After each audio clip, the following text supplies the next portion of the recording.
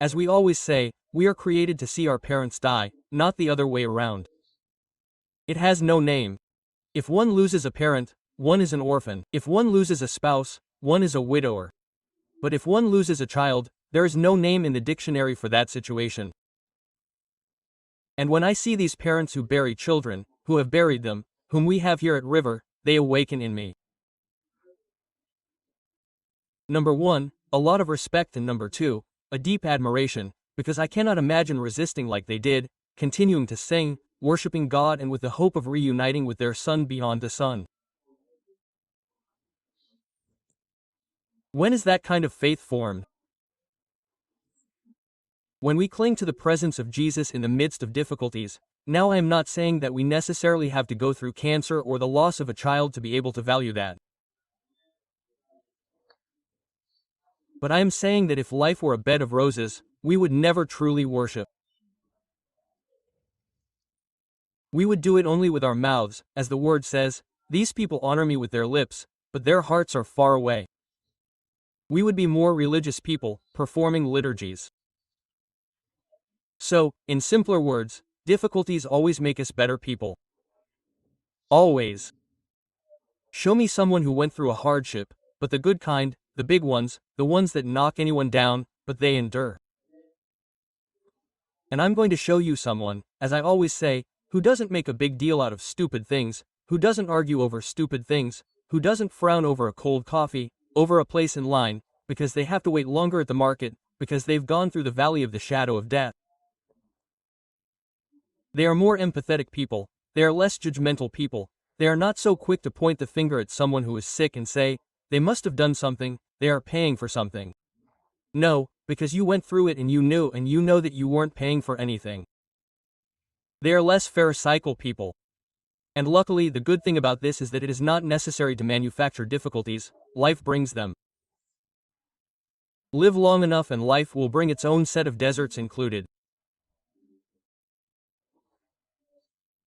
We all go through life, not necessarily escaping from war, but there are other types of grenades and bombs that explode near us and make us grab hold of the Lord's hand.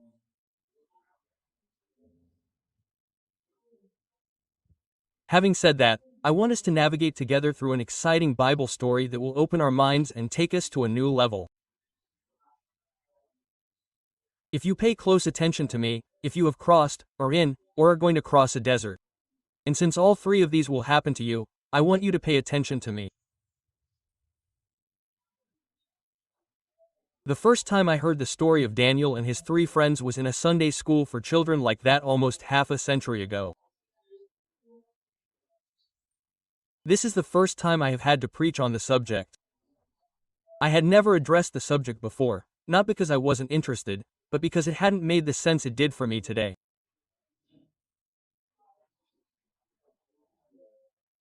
It's been over 50 years since I heard this story, and in short, the teacher told us the story of 3 young men exiled in Babylon who boldly stood firm in their faith against a powerful dictatorial king and who were miraculously rescued from a fiery furnace because they trusted in God.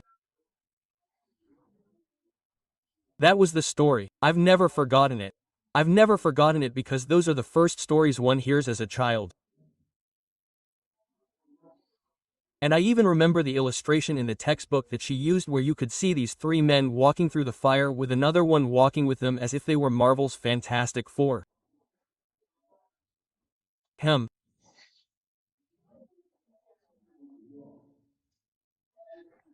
But as I became an adult, the alchemy of time gave this story more depth, especially in my life, and the forays, I suppose, into my own furnaces made that story stop being almost a distant fable and start to have an almost literal meaning in my life. And that's what I'm going to share with you next. Nebuchadnezzar is a nice name to give your baby if you get pregnant because you can call him Nabucodonosor. Nebuchadnezzar was the most powerful man on the planet, in the known world at that time. No, not even the previous superpower Assyria had managed to conquer Jerusalem, but they had done so with God's permission, because of Israel's disobedience. The Babylonian Empire. And Nebuchadnezzar agreed to do what God was allowing him without them knowing it.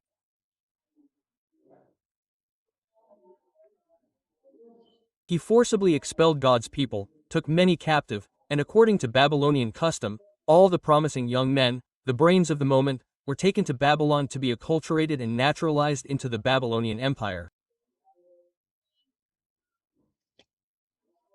In other words, their names were changed, they were taught a new language, a new cultural fabric, they were re-educated, indoctrinated, and given positions in the government. Nebuchadnezzar not only wanted to take Jerusalem and Judah captive, but he also wanted the young men to work for him. He took them when they were young, indoctrinated them, and placed them in strategic positions as part of his civil service. But this king, who clearly had an Argentine spirit, wanted more recognition. Winning so many world championships and having Messi was not enough for him. So he built himself a statue. He called all the officials of the empire, and on the day of the statue's dedication he played his anthem, his motto song, so that everyone would kneel before the image.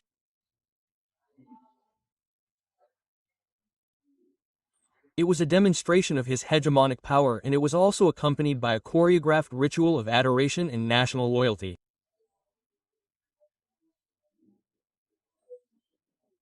And everyone prostrated themselves before that monument, except for 3 of his officials from his own province, his own county, his own jurisdiction, with 3 very particular names, of course, names that the king himself had assigned to them: Shadrach, Meshach, and Abednego.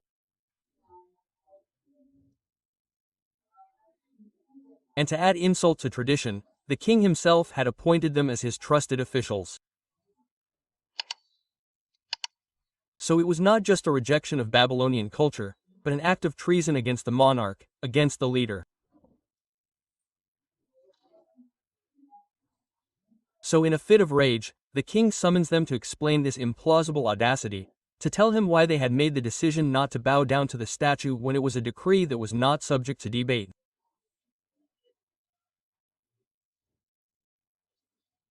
How dare these 3 officials, young boys at that, ignore his edict? Then he probably thought, well, after all, these 3 boys are not natives of Babylon. Perhaps there was a misunderstanding in the translation.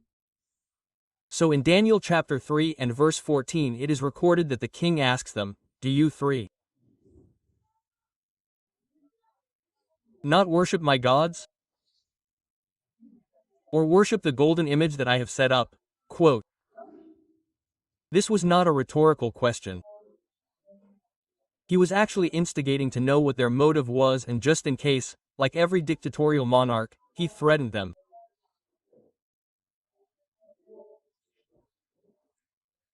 Then he added, "If you are ready, I will give you an opportunity. As soon as you hear the music, you will bow down and worship the image that I have made. Otherwise, you will be thrown immediately into a blazing furnace, and no God will be able to deliver you out of my hands." Quote. How arrogant of a guy, right? What an angry way to speak and say, "There will be no God to deliver you." He was the most powerful man on the planet. He was not the mayor of a town. He was the most powerful man on the planet who asserted his authority. And of course when he said this he expected constriction, vassalage on the part of the boys. But the response of the 3 men is what really amazes us. It astonishes me, and, as I was telling you today, over the years, it has brought great admiration, and I don't want you to miss it, because beyond their denials, there are hidden secrets, gems in their response. The 3 boys, without losing their calm, even-tempered, serene. I speculate because the Bible doesn't say they raised their voices. They responded, "If that happens, remember that the threat is to the fiery furnace." I suppose one of them speaks for the 3 of them and they collectively respond, "If that happens, the God we serve can deliver us from the furnace and from the hands of His Majesty." And this is what comes next. It fascinates me. But if God still doesn't do it,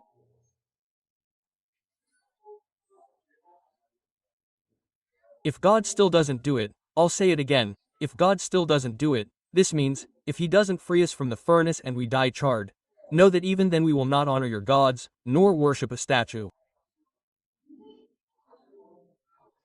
It's ridiculous, we're not going to do it. Fascinating. I mean, they weren't ignoring the threat that lay ahead.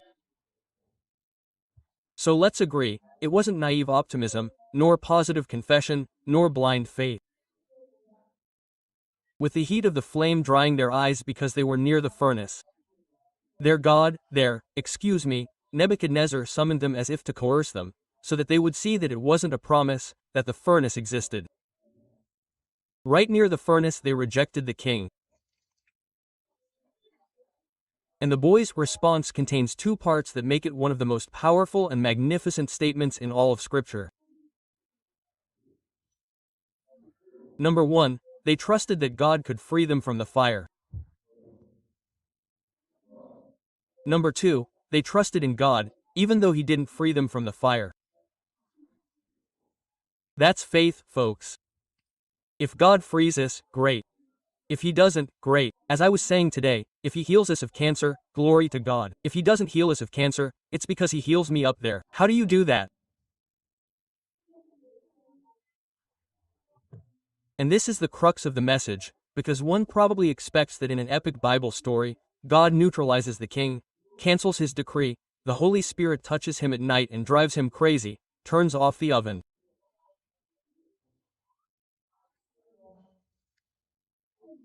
I mean, one likes those stories, faith against the odds. However, this is where the story takes an unexpected turn. The boys declared that not only could their God save them, but that if God decided not to save them, their loyalty was still not up for debate. Loyalty is the same, whether he saves me or not. The boys' loyalty belonged to God regardless of how he acted or even if he failed to act in their defense.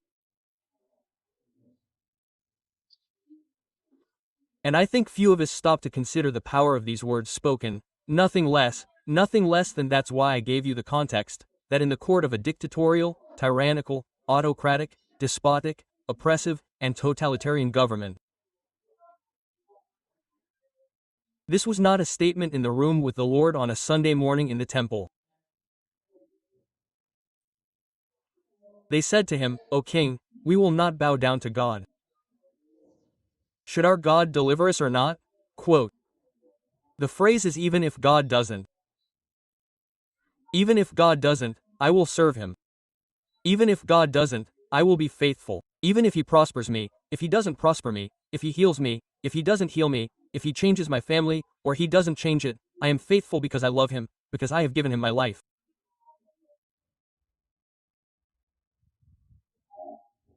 Wonderful, strong. In other words, we trust in God no matter what, as we preached a week ago, whatever has to come, whatever has to happen, even when the final outcome is not yet decided. In short, we refuse to succumb to pressure. Now, to understand the depth of these convictions, because one might say, well, they are biblical heroes. Let's quickly review the context of the story. The king of Babylon who stands before them was their captor, not a democratic president. He was a captor who had taken everything from them. There are always people in a country who hate the newly elected president because he is from the other party. Imagine the hatred that would arise if that president were to come to power in a coup d'état or seize power by force of arms. Not only that, he would take away your city, burn it down, change its name, change its flag, change its language, and now he's giving you one more order. The question is, how could these boys continue to trust in their God if God had not delivered them from Babylonian exile in the past? These boys were not there in victory, they were captives. How could they have this conviction when they were facing the same king who had caused the fall of Jerusalem and their God had done nothing? Are you following me? You look at me kind of strangely. Are you following me like that? What I'm saying is, they had every right to give up on the God who had seemingly given up on them. Because they weren't there after a great moment of faith, a great liberation, the crossing of the Red Sea. They were there after years of being captives, of being political prisoners. And that's the challenge that we face as those of us who trust in God. What happens when our expectations aren't met? When God's promises or that prophecy that we believed in aren't fulfilled either, and the blessings seem to dry up and our prayers aren't answered and our hearts are broken.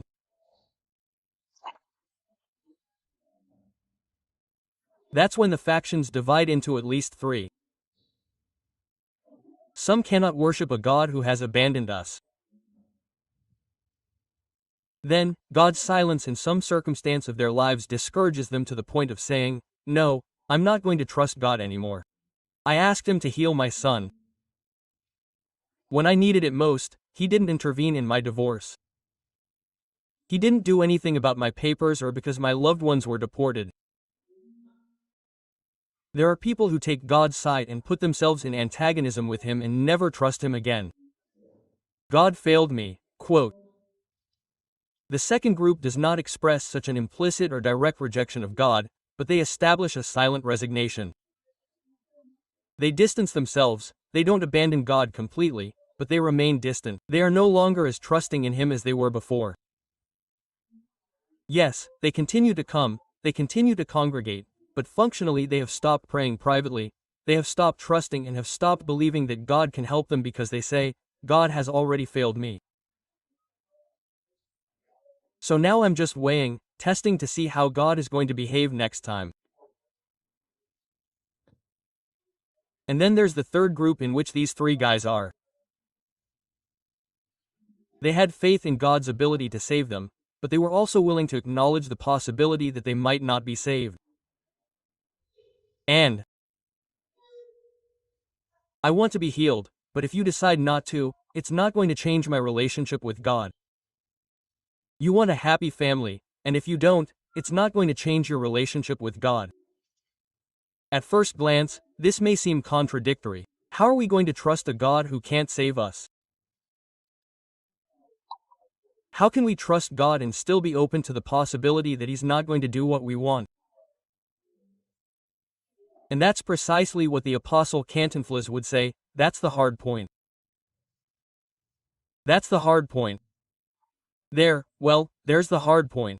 They said, do you remember when Cantinflas said?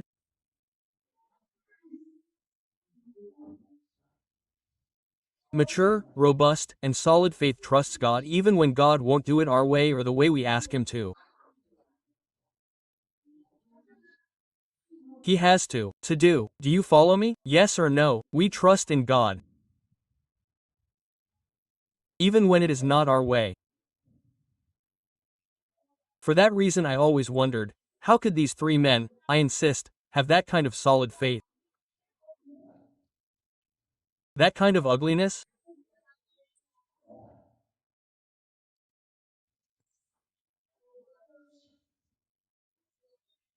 During the years that, clumsily or well, I don't know how I'm doing it, God will say, I have been at the helm of this wonderful flagship called River. I have learned an inviolable principle, that if we are going to build something truly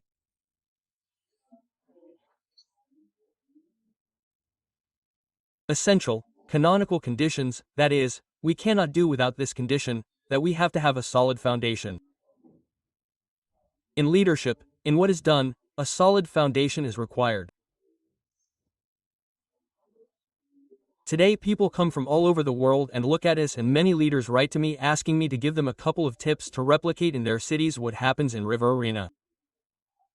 They tell me, I want you to give me 3 or 4 things that you have done, and they expect something like, look, put up these kinds of lights, dress this way, use this music, repeat this phrase, preach this way, and boom, powder to make river sand.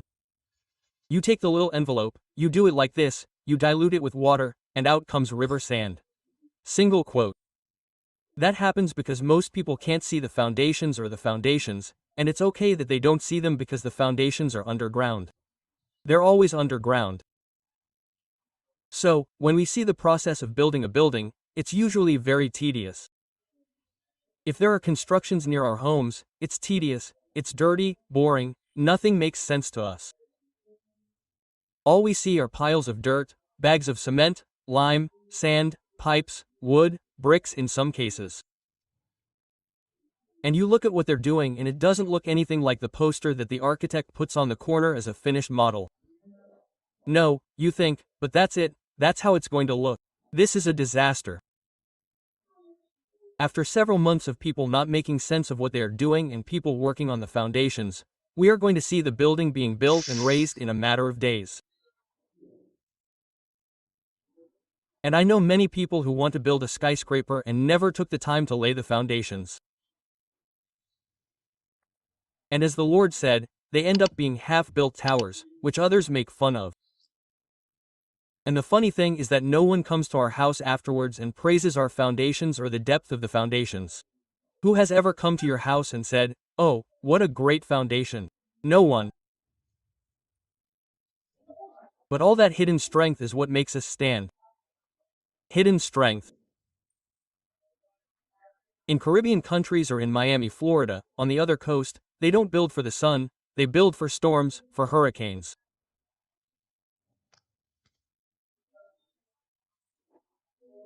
And architects develop skyscrapers with the same approach as the palm trees that swarm in Florida, with a foundation built to allow the building to sway slightly while withstanding strong winds. There are many trees that do not survive storms. The palm tree was created to withstand and resist. Psalm chapter 92 verse 1 says, "The righteous shall flourish like the palm tree."